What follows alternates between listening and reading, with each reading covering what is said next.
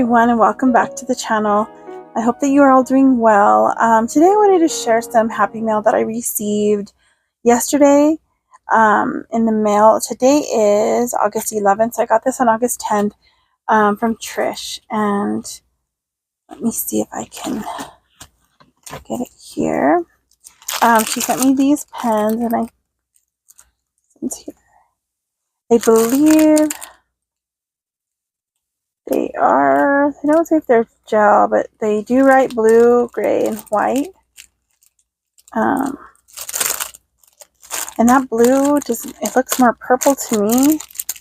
And the one they consider gray looks blue. So I don't know. Let me take them out and set the colors here. Let me see them.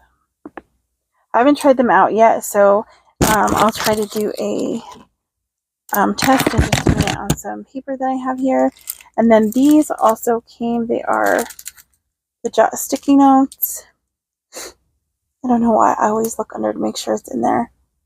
And these are really cool. These are going to come in handy with some Bible study stuff, and probably in my prayer Bible that I need to work on still. And then these stickers came as well. You can see that. And there are a few sheets. Let's see. It doesn't say how many sheets. Let me see if I can see. I know this is like really noisy paper. There is 1, 2, 4, 7 sheets, and they're all the same. Yeah, they all have the same scriptures on them. So that's really cool. Those will come in handy for journaling, and I'll probably put some away for future giveaways, because I do plan on doing some more in the future. I can open this further away from the microphone just to show you. This is just a plain notebook on the outside, just like cardboard. It's or cardstock, but it is the dot grid inside. So this is exciting. I really like the dot grid. For some reason, the dot grid is just the best kind of journal for me. I don't mind the lined ones, and I will use them, but the dot grid, I don't know, it just has, I don't know, maybe it lets me be more creative for some reason. I don't know, but I really enjoy those ones. And then she also sent me this book. It is how to use like liquid beads. So it does show you a picture of some of the paint here. You can see that. And then in the inside, there's some patterns and things to do. So this will be fun to try on. I want to try them on the tote bags. And there's also these. There's this one here. And I don't know what paints. Their fashion show dimensional paints is the one that they show for this. But I don't know. I'm gonna have to look because I've never really looked in, for that type of paint before. But it looks pretty cool. And I guess these are iron-ons. These ones that are here, iron-on transfers, and you can just dot them that way. And then it does have just other patterns that you can use in here. So that'll be fun to try on some tote bags and things like that. So that's really cool. So that was a happy mail that I got. So it was exciting to get home to a package. And then also, I believe this was yesterday as well. My parents' neighbor, she started sewing not too long ago. I'm not sure how long she's been sewing, but she made me this cute little square, like it can be a wall hanging or something for the desk, and it has little dogs on it. And then this is the backing. It's so cute. I was so excited. I'm like, and I love that it's the thread she used has like glitter in it. that's really cool. So that was exciting to get yesterday. So I had all these fun Happy Meal things, and it was really awesome because of everything that's been going on. It's just like been pretty hectic and just a lot of health things going on. So to get like just some nice Happy Meal and things, it's awesome. So that was fun. So I thought I'd share that with you guys. I do have a couple of books that I got at the thrift store recently, and if I can get them, I will share those with you. Let's see, I may have to, if I could reach the shelf from here, which is kind of, it's not that far, but far enough. Let's see. There's actually a couple other ones, but they're in a whole other spot. I don't know where. I'll have to get those and do kind of a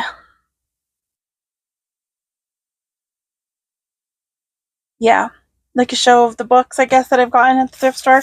But these I found for, these ones were both, I think, $1.99. They were Chicken Soup for the Soul, a Healthy Living series, diabetes.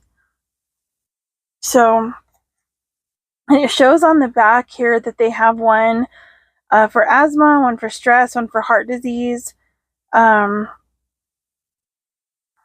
They actually have a few different things that they have on the back, and it's just this Chicken Soup for the Soul proudly partners with top doctors to give you not just medical information, but heartwarming information. Each book in the Healthy Living series features inspiring stories from patients and their caregivers, plus the latest information on diet, lifestyle, emotional issues, relationships, and complementary therapies. So, this is the back here. Off that, how that's looking, if it's blurry, I don't know. So we'll probably go through this and maybe share some in future videos. I don't know, they look like just a few stories, and then I know I saw some things on like taking action, stay positive, and here we go, learn to relax, and it gives you a few different tips. That might be the first one I need to read. As a matter of fact, I will mark that one with paper. But let me go ahead and I'm going to read this Swedish proverb that it has here at the beginning. And it says, fear less, hope more, eat less, chew more, whine less, breathe more, talk less, say more, love more, and all good things will be yours. That's pretty neat. May I add that to my commonplace book to have, I want to do like quotes or proverbs and different things in a book, and just to kind of be able to reference back to that. And there's different things in here, like things you need to ask your doctor, risk factors, and for family history, weight problems, high blood pressure, age, even ethnic backgrounds for higher risk for diabetes. Hispanics, Native Americans, and African Americans have a higher risk. I don't know why, but that's something this shares in here. And it just kind of gives you some information on type 1 and type 2 diabetes. And I have type 2. And it gives you some really good questions actually here. There's things to think about. What if any serious symptoms and let me read that again. What, if any, serious symptoms and complications do I need to address right away? What lifestyle changes can I make immediately? Do I need insulin, pills, or other regular treatment? If so, how can I incorporate that into my daily schedule? Do I need to find a medical specialist? How can I best benefit from help of friends and family? Where can I find a good support system? How am I going to change my lifestyle in the long term to improve my health? And perhaps most important, how can I put a positive spin on this and maintain a good attitude? Those are some really good questions. And it's just something, to to think about. And I think this would be good because, like I said before in a previous video, which may or may not be up already, I don't know, I'm kind of behind on a bunch of these, just to kind of be able to go through each of my medical issues and things like that, to do some research and really figure out what symptoms each of them have and make a plan of action, some kind of plan, not just the diet and exercise, but something that will help me learn how to relax, like that said, how to take care of myself in those ways as well. And another thing that I found was this favorite remedies from your kitchen. And I thought this was really cool because it gives you some really interesting things for like heartburn, headache, eye problems, fatigue, all sorts of different things. Let's see. For headaches, that's something I've been struggling with again lately. It had been a while since I'd had so many headaches in a row, and it seems like probably the last week I've had a headache every single day, and it's gone to the point where I get a lot of pressure on one side of my head and like right behind my eye, and I get like numbing even on my face because of it. So these are some of the things that it shares here for headaches. Ginger is an anti-inflammatory and is said to be especially useful against migraines. Grate a half a teaspoon of ginger, stir into a glass of water, and drink. Or pour 1 cup hot water over 1 teaspoon freshly ground ginger. Let the tea cool slightly and drink. Coffee strong has caffeine that reduces blood vessel swelling to relieve a headache. Don't start downing lots of coffee and then stop, however. This can actually cause a headache. Peppermint tea bags can ease tension and help relieve the pain of a headache. Wring out 2 wet tea bags and place them on your closed eyelids or forehead for 5 minutes. That's interesting. I've never thought of that. I know that it was good because it has worked for me. Oh, sorry, I just kicked the tripod. Because I used this peppermint oil that I get at Sprouts, and I go through these bottles pretty quickly. Like I'm already like less than half. And I think these ones, they were $19.99. And they probably have gone up now since I bought this last one. But when I get headaches or I have like sinus issues or just headaches in general, I usually put some here. Like I'll sniff it and then I put it around here and like in this area and even up here. And that does help. This has actually helped me with gallbladder pain.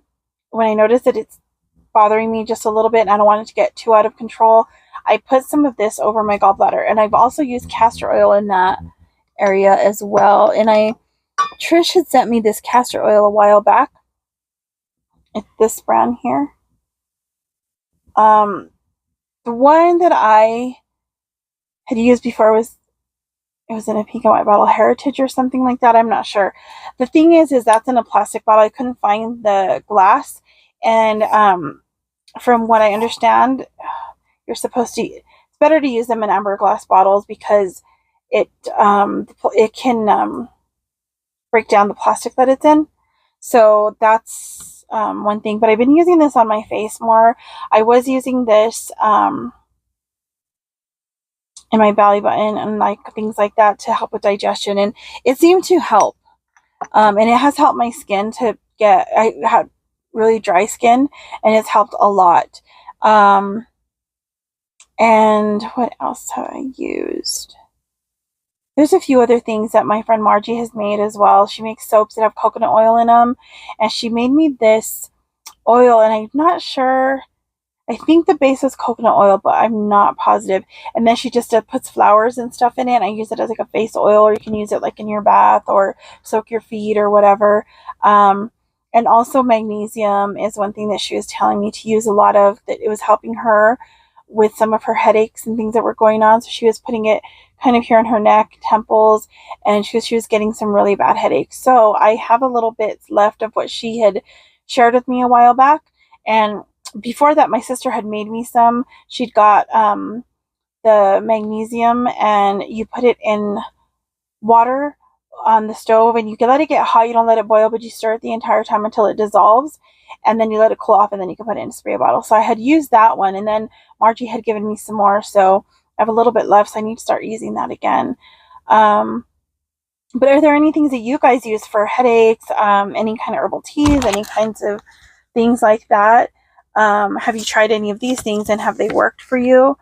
It's just some great information to kind of share, just to see what things work for people without having to take so much medication. Because I've used ibuprofen 800s, or just regular ibuprofen over the counter, and it can bother my stomach sometimes, and I just would rather not take so many painkillers if I don't have to. So I'm trying to look for things that are more natural to try. So if you guys have any suggestions, leave them in the comments below. And if you're interested in more of things from this book, I will share that, as well as from